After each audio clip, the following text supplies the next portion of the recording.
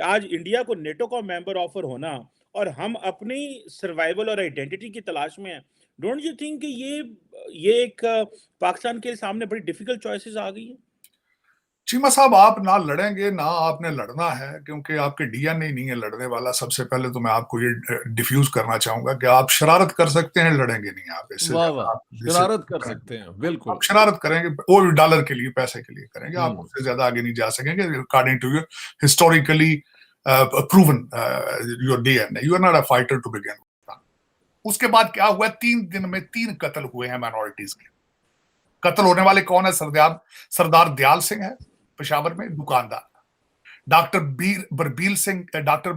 बीरबिल सिंह कियानी, और पेशावर में काशिफ मसीह। रमजान के महीने ये सवाब कमाने के लिए आपने किया।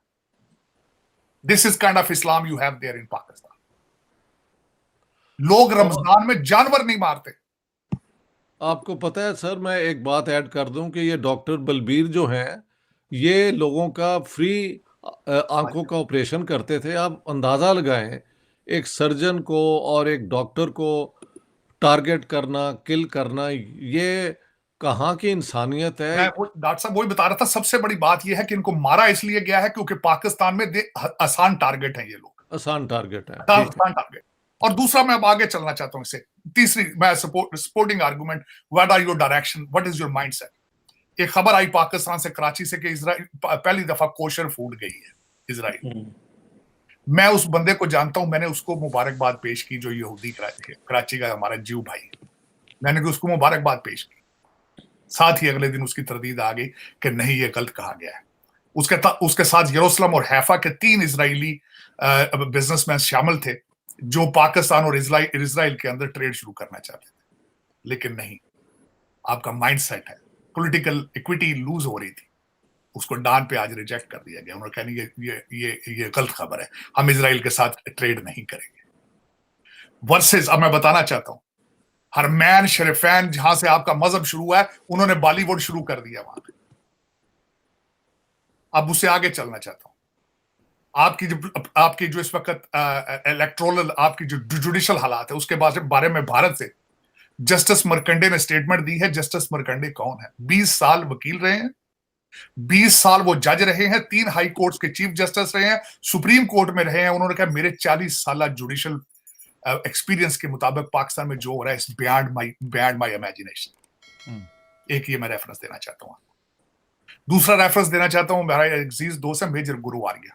उन्होंने एक यूट्यूब बनाई है और उन्होंने उसको लगाया है, लेफ्टिनेंट जनरल लक्ष्मण सिंह रावत के घर की वीडियो उन्होंने लगाई। Lieutenant general who is general Lakshman Singh Rawat, he is a father of general Bipin Rawat. मैं समझता हूं हर पाकिस्तानी यंग आदमी के ऊपर फर्ज है कि उस वीडियो को देखे, वो उस घर के बाहर की तस्वीर देखे, फैमिली के 2 आर्मी जनरल, और उस घर के बाहर की हालत देखे, और उनके अंदर ड्राइंग रूम की हालत देखे। आप बात कर रहे हैं कि नेटो के साथ नेटो में जाएंगे, और आपका क्या मुस्तकबिल है? आपका मुस्तकबिल इस वक्त, और मैं दूसरा बताना चाहता हूं, अब आपको चलेंगे इससे आगे मत। आपने आपने नेबर कंट्री को मुसलसल पिछले 40 साल से ऑप्रेस किया, बेचा, और उसकी बेस के ऊपर डॉलर बनाए, और आपने लंदन में प्रोजेक्ट अपने बनाए, अफगानिस्तान, जिसका हर बच्चा आपसे उतनी ही नफरत करता है जितने बंगाली नफरत करते हैं। वो क्या कर रहे हैं? उनकी इकॉनमी आपसे बेहतर है। $1 वर्सेस अफगानी करेंसी। अब दूसरी बात देखें, आज बीबीसी गूगल करके देखें, बीबीसी देखें, आज वहां पे लिखा है कि वो जो जितनी आर्मी बेसिस हैं, they are using them in hospital for addicted people. नशे को जो एडिक्टेड है, उन आर्मी बेसिस पे उनका इलाज किया जा रहा है। कि अगर 76 साल में आप सोल्यूशन नहीं ढूंढ सके, 76 साल, अगले 76 साल भी नहीं ढूंढ सकेंगे। मेरी पॉलिटिकल साइंस की एजुकेशन फेल हो गई है पाकिस्तान पर।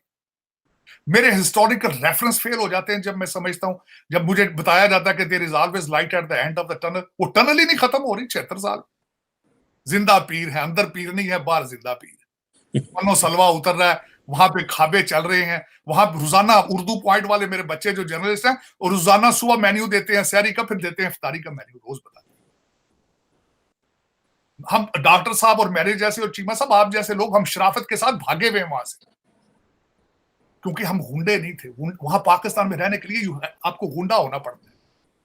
यही पाकिस्तान की हिस्ट्री ये है कि ये एक आर्टिफिशियल आइडिया पे, टू नेशन थ्योरी की बुनियाद पे बनाया गया, और 1/3 मुसलमान आपने वहां इंडिया में छोड़ दिए, और अब 1/3 आपसे निकल के बांग्लादेश बन गए हैं, आप 1/3 हैं, और उस 1/3 में आपके झगड़े हैं। मैं अभी रिसेंटली 2 हफ्ते पहले उम्रा करके आया। इंडोनेशियन वहां आते हैं, जौक दर जौक आते हैं। वहां पे कानून, उन्होंने उनका कल्चर का हिस्सा है कि शादी से पहले बच्चा बच्ची जाके उम्रा करके आते हैं। आप जब 80 साल का बाबा हो जाता है, जब वो करप्शन या कुछ भी करने के काबिल नहीं रहता, इतने दादे पोते धक्का मार के उनके क्या हाजिर करें, तो वो जलील हो रहा होता है वहां। ना उसको पता है सेल फोन इस्तेमाल करने, ना उसको पता है किस तरह हाजिर करना है, ना उसको पता, ना उसको जबान आती है, वो खज्जर जलील हो रहे होंगे। ये फर्क है। आप सारी जिंदगी करप्शन करते हैं, सारी जिंदगी करप्शन करते हैं, जब रिटायर होते हैं मस्जिद में जाके उनकी कमेटी के सदर बन जाते हैं। तो अन्ना हो गया, तेन दाते पोते भी तेरी गल नहीं सुन रहे, तू तेलेदा नहीं रहा, तू ना जमीन ते ना आसमान ते, तू मर गए हैं। ਹੁਣ ਉਸ ਵੇਲੇ ਤਾਂ ਮਸਲਾ ਸ਼ੁਰੂ ਕਰ ਦਿੰਦੇ, ਨਹੀਂ ਜੀ ਨਹੀਂ, ਬੀਬੀ ਨੂੰ ਇੰਜ ਚੱਲਣਾ ਚਾਹੀਦਾ, ਮੁੰਡੇ ਨੂੰ ਇੰਜ ਕਰਨਾ ਚਾਹੀਦਾ। ਸਾਰੀ ਉਮਰ ਤੂੰ ਨਹੀਂ ਪਾਈ ਦਫ਼ਤਰ 'ਚ ਬੈਠ ਕੇ, ਤੂੰ ਦੁਨੀਆ ਦਾ ਬਦਤਰੀਨ ਇਨਸਾਨ ਸੀ। ਜਿਸ ਟਾਈਮ ਤੂੰ ਰਿਟਾਇਰ ਹੋ ਗਿਆ, ਹੈਂਡੀਕੈਪ ਹੋ ਗਿਆ, ਖਤਮ ਹੋ ਗਿਆ, ਤੂੰ ਆ ਮਰਨੇ ਵਾਲਾ ਹੈ, ਤੇ ਤੂੰ ਮਸਜਿਦ ਦੀ ਕਮੇਟੀ ਦਾ ਚੇਅਰਮੈਨ ਬਣ ਗਿਆ। ਤੁਸੀਂ ਵੇਚਣ 'ਚ ਚੰਗੇ ਹੋ ਹਰ ਸ਼ੈ। ਅਸੀਂ ਪੰਜਾਬੀ पाकिस्तान को तबाह करना, बांग्लादेश को तबाह करना हम पंजाबियों ने किया। मैं एक्सेप्ट करता हूं इस बात। मैं भी We are करता good people. We are not fighters. मैं भी करता हूँ। We are self-centered people, selfish and self-centered people. ਅਸੀਂ ਸਿਰਫ ਵੇਚਣ ਵਾਸਤੇ ਤਿਆਰ ਹੁੰਨੇ ਆ। We are not the fighter. ਸਾਡੇ ਤੇ ਕਿਉਂ ਗਲਤ ਤੁਸੀਂ ਚੀਜ਼ਾਂ ਲਾ ਰਹੀਆਂ? ਖਾਨ ਸਾਹਿਬ ਤੁਸੀਂ ਸਮਝੋ ਸਾਨੂੰ, ਅਸੀਂ ਨਹੀਂ ਜਿਹਾਦ ਜੋਗੇ। ਅਸੀਂ ਤੇ ਹਰ ਇਨਵੇਟਰ ਨੂੰ ਕੱਪੇ ਮਾਰਨੇ ਆ, ਪੈਰੀ ਪੈ ਜੰਨੇ ਆ। तो अब हमें ऐसे लग रहा है कि कश्मीर जो कॉन्फ्लिक्ट है वो आहिस्ता आहिस्ता खत्म होता चला जा रहा है। अब इसकी वजह भी है, हम देख रहे हैं कि इंडिया की असेंबली में पीओके से रिलेटेड कोई भी स्टेटमेंट पास होती है तो पीओके की जो कैबिनेट है उसके ऊपर आमीन बोल देती है, कहती है बिल्कुल हम इंडिया के साथ खड़े हैं, ऐसा ही होना चाहिए। तो हमें लगता है कि ये हमारा वाला जो कश्मीर है हमारे हाथ से रेत की तरफ फिसलता चला जा रहा है। तो ये कौन सी ये एक कनेक्टिविटी बन गई है? क्योंकि अभी जैसे मैं बात करूंगी शारदा पीठ पे, अमित शाह जी ने स्टेटमेंट दी थी कि शारदा पीठ पे कॉरिडोर बनना चाहिए ताकि जो कश्मीरी पंडित है वो जाए, जैसे कि करतारपुर में जाते हैं तो कश्मीरी जो यहाँ के हैं उन्होंने इसको पास किया अपनी असेंबली में और कहा बिल्कुल वो ठीक कहते हैं। आप इसके बारे में क्या कहेंगे कि आप कश्मीरी पंडित यहाँ पे आएंगे, ये हो पाएगा कि ये सिर्फ बातें ही हैं? एक मिनट, यहाँ पे थोड़ा सी कंफ्यूजन है। पॉइंट नंबर 1 जो आपने कहा पीओके की बात, देखिए ये बात आपको समझने की जरूरत है कि मतलब इतना आसान नहीं है कि पीओके, मैं जानती हूँ कि पीओके में ऐसे कई लोग हैं जो चाहते हैं कि इंडिया मतलब पीओके का अपनी तरफ ले ले, क्योंकि मैं समझती हूँ कि वहां जो लोग हैं वो बहुत सफर कर रहे हैं पाकिस्तानी गवर्नेंस के अंडर, एंड जो उनके जो एक्सपेक्टेशंस थे पाकिस्तान गवर्नमेंट से वो पूरे नहीं हो रहे, बहुत अरसे से पूरे नहीं हो रहे। और इनफैक्ट उनकी उन जो दिक्कतें हैं, जो मिसाइल हैं वो और भी बढ़ते जा रहे हैं हर साल, जैसे महंगाइयां, या shortage of wheat flour, shortage of medicine, फिर उनका जो लोड शेडिंग का मसला है, ये हर एक चीज जो है और भी ज्यादा बढ़ती जा रही है, एंड उनकी प्रॉब्लम्स को ओवरऑल नजरअंदाज किया जा रहा है। सो मैं समझती हूँ कि अब वो फाइनली थक हार के ये चाहते हैं कि इंडिया ही पीओके को अपने कब्जे में कर ले, लेकिन ये इतना आसान नहीं है, मैं बता दूं, क्योंकि अगर इंडिया ने कब्जा किया भी तो लोगों को जो एक्सेप्टेंस वो नहीं मिलेगी, क्योंकि वो रियासत जम्मू एंड कश्मीर का एक हिस्सा बन जाएगा फिर। और मैं आपको बता रही हूँ, खुले शब्दों में आपको बता रही हूँ, खुले लफ्जों में, कि एक्सेप्टेंस उनको नहीं मिलेगा।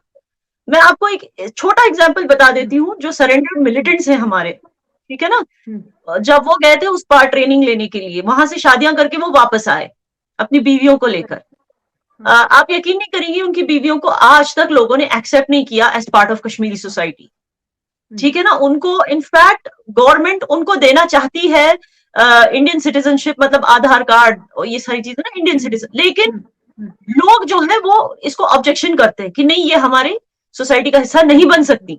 In fact in militants, ex militants की बीवियों में से एक, she wanted to stand for elections, जब डीडीसी इलेक्शंस हो रहे थे ना, तो वो अपनी एरिया में, वो वहां पर कुछ 10-15 सालों से रह रही थी, you know, as the wife of that surrendered militant. तो अब देखो सरेंडर मिलिटेंट जो है वो हमारा अपना है, उसको एक्सेप्ट कर लेती है सोसाइटी, लेकिन वहां से जो औरतें शादी करके आई उन्हीं को एक्सेप्ट नहीं करने को तैयार है। तो ये चीज आपको समझने की जरूरत है, ये बहुत ही सेंसिटिव इशू है डेमोग्राफी का, कि इट्स वेरी हार्ड फॉर जो पीओके के लोग हैं उनको इंडिया में एक्सेप्टेंस मिलना बहुत ही मुश्किल है। और ये मैं आज खुले लफ्जों में कहती हूँ, ताकि ये ना हो कि बाद में फिर मुहाजिरों वाली उनकी हालत हो जाए यहाँ पर। So it is very clear, because Indians are communist by nature. It is not easy for us to accept any outsider as part of us. तो because and उसका reason भी ये है क्योंकि हमें हमेशा मतलब we are always surrounded by people who want to attack, चाहे वो चाइना हो या पाकिस्तान हो, मतलब हर बार गजवाए हिंद और इस तरह की चीजें हमने सुनी। It's not easy for us to trust anyone from across the border. तो ये चीज मैं आपको क्लियर कर दूं इंडियंस के बारे में।